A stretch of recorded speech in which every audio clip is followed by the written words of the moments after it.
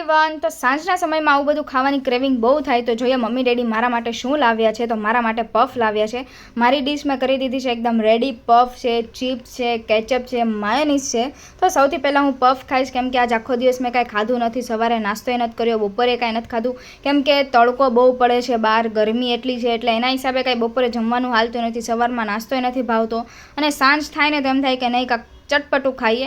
અને એમ બી શિયાળો હોય, ઉનાળો હોય કે ચોમાસું હોય, સાંજનો ટાઈમ જ એવો છે ને કે કાંક ચટપટું ખાઈએ જેનાથી દિલ અને મન બેય ભરાઈ જાય. અને ડિનરમાં બની છે પાઉંભાજી. તો પાઉં શેકે છે અને સ્લાડ બી રેડી થઈ ગયું છે. અને મમ્મી પાઉં છે ને મસાલાવાળા બહાર રેસ્ટોરન્ટમાં મળે ને એવા જ તે પાઉં શેક છે એટલે એકદમ બહાર જેવી જ તે લાગવી જોવે. ને જો પાઉંભાજી એકદમ રેડી થઈ ગઈ છે તો સૌથી પહેલાં હું ટેસ્ટ કરીશ અને હું રિવ્યૂ લઈશ.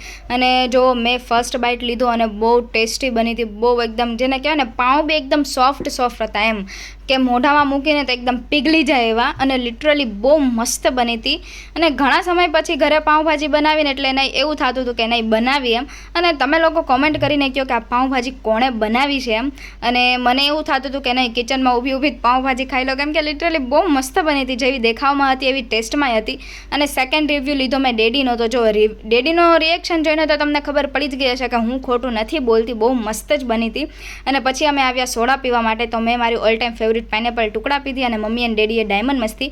જેણે મારી ચેનલ સબસ્ક્રાઈબ નથી કરી જલ્દી મારી ચેનલ સબસ્ક્રાઈબ કરો. મળીએ નેક્સ્ટ મિની વ્લોગમાં. Bye bye.